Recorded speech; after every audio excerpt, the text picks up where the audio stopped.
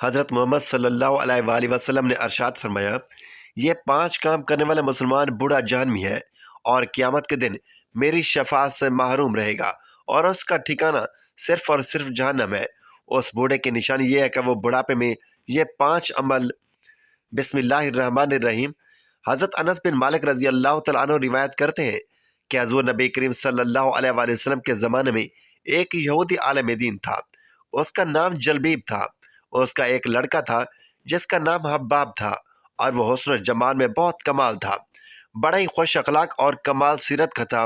اتفاق سے اس نے اپنے والد کے خزانے میں ایک صندوق دیکھا جو سرخ موتیوں سے بھرا ہوا تھا اور اس پر مشک کی مہر لگی ہوئی تھی تاکہ کوئی شخص نہ اسے کھول سکے نہ اندر دیکھ سکے۔ لڑکے نے اس صندوق کو دیکھا تو بڑا غضبناک ہو کر باہر نکلا۔ باپ نے وجہ پوچھی تو کہنے لگا، ایک عرصہ ہو گیا ہے آپ نے ایک چیز بھی مجھ سے پوشیدہ نہیں رکھی مگر یہ صندوق ہمیشہ بند رکھا ہے، حالانکہ میرے ساتھ آپ کی شفقت و محبت بہت زیادہ ہے۔ باپ نے بتایا، بیٹا اس میں نہ ہی جواہرات ہیں اور نہ ہی خزانہ، اس میں چند اوراق ہے جس پر ایک عربی کا نام لکھا ہوا ہے۔ جب تم علماء کی محفل میں بیٹھ کر فاضل ہو جاؤ گے اور ہر بات سمجھنے لگو گے تو اس کا مطالعہ بھی کر لینا، کیونکہ ابھی تم ناپختہ ذہن ہو۔ اس لیے اس صندوق کا راز دیدہ دانستہ پوشیدہ رکھا گیا تھا۔ ایک دن جلبیب کسی ضروری کام میں مشغول تھا۔ حباب یہ موقع غنیمت جانتے ہوئے والد کے خزانے میں گیا اور اس صندوق کو کھولنے میں مشغول ہو گیا جس کے لیے رازداری سے کام لیا جا رہا تھا۔ مہر توڑی گئی، صندوق کا ڈھکنا کھولا گیا کہ نور کی ایک شعاع نمودار ہوئی جس کے سامنے چراغ کی روشنی مان پڑ گئی۔ صندوق کے اندر 2 سفید ورق دکھائی دیے جس پر لا الہ الا اللہ محمد رسول اللہ لکھا ہوا تھا۔ اس کلمہ طیبہ کے بعد حضور نبی اکرم صلی اللہ علیہ وسلم کے اوصاف حمیدہ لکھے ہوئے تھے کہ آپ صلی اللہ علیہ وسلم کے آبرو پیوستہ یعنی بھویں ایک دوسرے سے ملی ہوں گی، داڑھی مبارک گھنی ہوگی، جسے بھی اس کا زمانہ میسر ہو اس کے بات سنے، اس کا کلام قرآن ہوگا، اس کا دین اسلام ہوگا اور وہ انسانی کو خدا کی عبادت کی دعوت دے گا، مخالفین سے نہیں ڈرے گا۔ اب آپ کی نگاہیں اس کاغذ پر پڑی تو حضور نبی کریم صلی اللہ علیہ وسلم کی محبت اس کے دل میں اتر گئی۔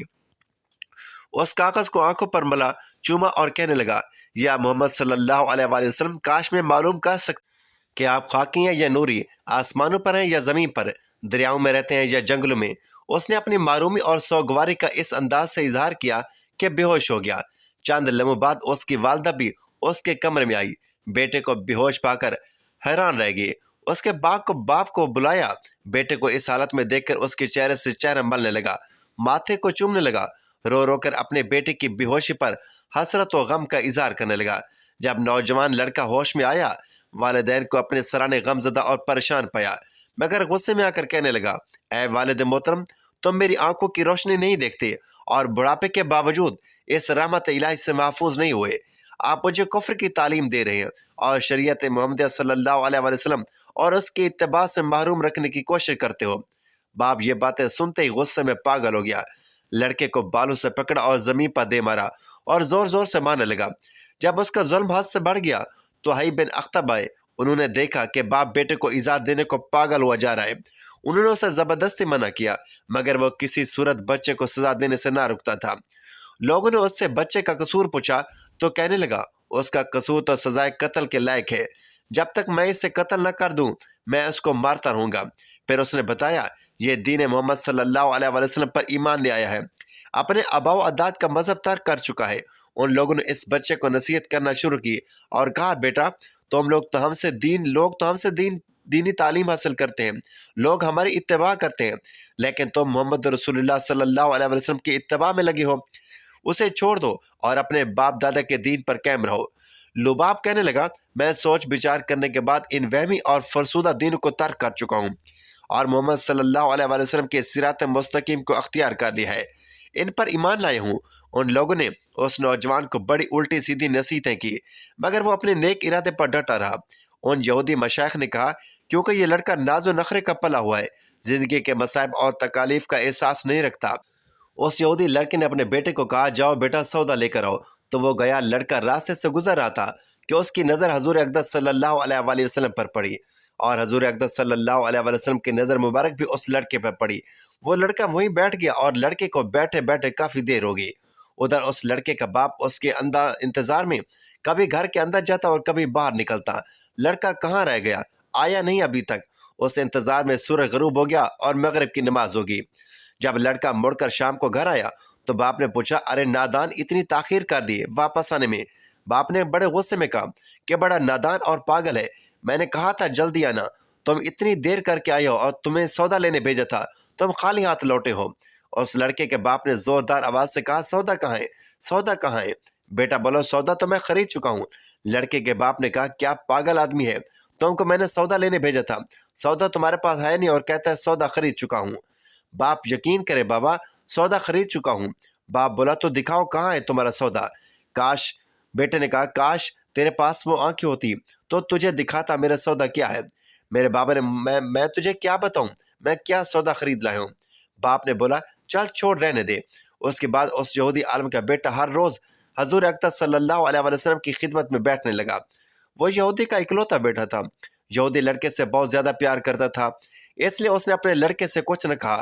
کچھ دن بعد اس یہودی کا لڑکا بہت بیمار ہو گیا، کافی دن بیمار رہا، اتنا بیمار ہوا کہ کمزوری اتنی ہو گئی کہ لڑکے کو کروٹ لینا مشکل ہو گیا اور قریب المرگ ہو گیا۔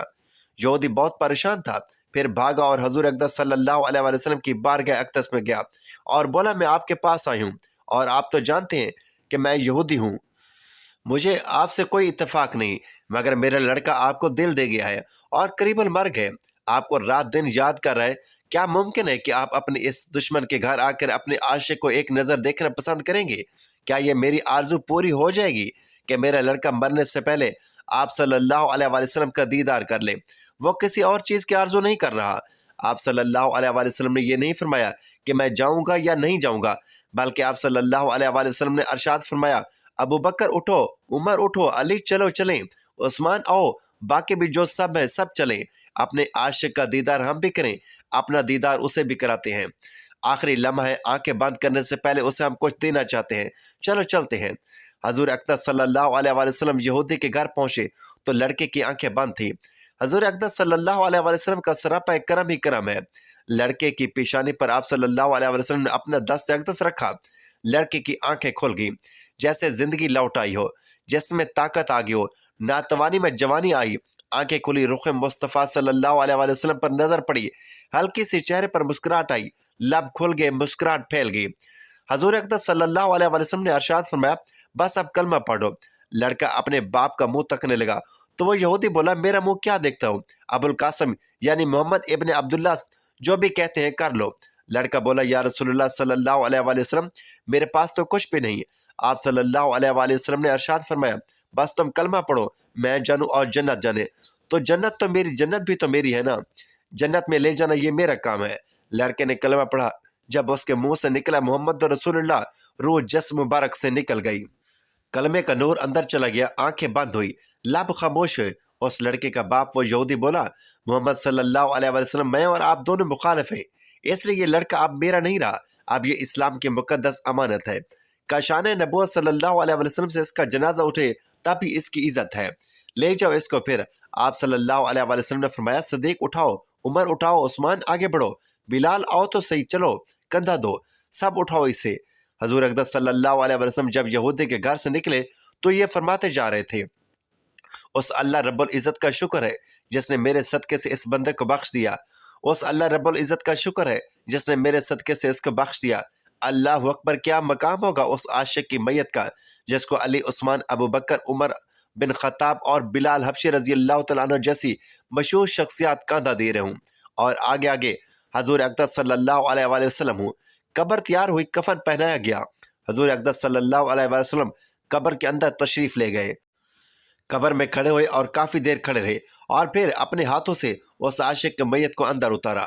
آپ صلی اللہ علیہ وسلم قبر کے اندر پنجوں کے بال چل رہے تھے، مکمل پاؤں مبارک نہیں رکھ رہے تھے۔ کافی دیر کے بعد آپ صلی اللہ علیہ وسلم قبر سے باہر آئے تو چہرے پر تھوڑی زردی چھائی ہوئی تھی، تھکن محسوس ہوئی۔ صحابہ کرام رضی اللہ تعالیٰ عنہ عرض کرنے لگے، یا رسول اللہ صلی اللہ علیہ وسلم، یہ کیا ماجرا ہے؟ پہلے تو یہ ارشاد فرمائیں کہ آپ صلی اللہ علیہ وسلم نے قبر میں پاؤں مبارک کیوں نہ رکھا، آپ صلی اللہ علیہ وسلم پنجوں کے بل کیوں چل رہے تھے؟ تو حضور اقدس صلی اللہ علیہ وسلم نے ارشاد فرمایا، قبر کے اندر بے پناہ فرشتے آئے ہوئے تھے، اس لیے مجھے جہاں جگہ ملتی تھی میں پنجہ وہاں رکھتا تھا، پاؤں رکھنے کی جگہ نہیں تھی۔ میں نہیں چاہتا تھا کہ کسی فرشتے کے پاؤں پر میرا پاؤں آ جائے۔ پھر صحابہ کرام نے عرض کیا، آپ صلی اللہ علیہ وسلم قبر کے اندر کیوں گئے؟ ہمیں کہتے ہم چلے جاتے۔ تو سبحان اللہ، حضور نے کیا خوبصورت جواب دیا کہ میں نے اس لڑکے کو بولا تھا کہ میں تیری قبر کو جنت بناؤں گا، تو اب اس کی قبر کو جنت بنانے قبر کے اندر چلا گیا تھا۔ تو پھر حضور آپ صلی اللہ علیہ وسلم اتنے تھکے ہوئے کیوں ہیں؟ فرمایا، تھکا ہوا اس لیے ہوں کہ فرشتے اور حور اس عاشق کے دیدار کے لیے آ رہے تھے اور میرے وجود سے لگ کر گزر رہے تھے، ان کی وجہ سے تھک گیا ہوں۔ ناظرین، جہنم سے بچنا ہر مسلمان کی خواہش اور کوشش ہونی چاہیے۔ بڑھاپا وہ عمر ہوتی ہے جب انسان دنیا کی رنگینوں سے زیادہ آخرت کے بارے میں سوچنے لگتا ہے، لیکن بعض اوقات عمر رسیدہ لوگ ایسی غلطیوں میں مبتلا رہتے ہیں جو ان کے لیے جہنم کا سبب بن سکتے ہیں۔ اس مضمون میں ہم 5 ایسے اعمال پر تفصیل سے بات کریں گے جو بوڑھوں کو جہنم میں لے جا سکتے ہیں، اور ساتھ ہی ان کے تدارک کے طریقے بھی بیان کریں گے تاکہ ہر شخص اپنی آخرت سنوار سکے۔ نمبر 1، ریاکاری اور عبادت میں دکھاوا۔ ریاکاری ایک ایسا گناہ ہے جس کے بارے میں قرآن و حدیث میں سخت وعید آئی ہے۔ بوڑھے افراد عموماً زیادہ عبادات کرتے ہیں، لیکن اگر نیت خالص نہ ہو اور عبادت صرف لوگوں کو دکھانے کے لیے کی جائے تو یہ نیکی کے بجائے گناہ میں شمار ہوگی۔ ریاکاری کے نقصانات۔ نمبر 1، ریاکاری کی عبادت قبول نہیں ہوتی۔ نمبر 2، اللہ کے بجائے لوگوں کی خوشنودی حاصل کرنے کا رجحان بڑھ جاتا ہے۔ نمبر 3، اس عمل سے نیکیوں کا اجر ضائع ہو جاتا ہے۔ نمبر 4، یہ نفاق کی علامت ہے جو آخرت میں جہنم میں لے جا سکتی ہے۔ اس لیے ریاکاری سے بچنے کا طریقہ یہ ہے، اپنی نیت کو خالص کرنا ضروری ہے۔ ہر عبادت کو صرف اللہ کی رضا کے لیے ادا کریں۔ عبادات میں اخلاص کے لیے دعا کرنا چاہیے، جیسے رسول اللہ صلی اللہ علیہ وآلہ وسلم نے سکھایا، اے اللہ، میں شرک خفی سے تیری پناہ مانگتا ہوں۔ چھپ کر عبادت کرنا زیادہ بہتر ہے تاکہ ریاکاری کا اندیشہ نہ رہے۔ نمبر 2، دوسرے نمبر پر جو چیز اللہ تعالیٰ کو سخت ناپسند ہے وہ حسد اور بغض رکھنا ہے۔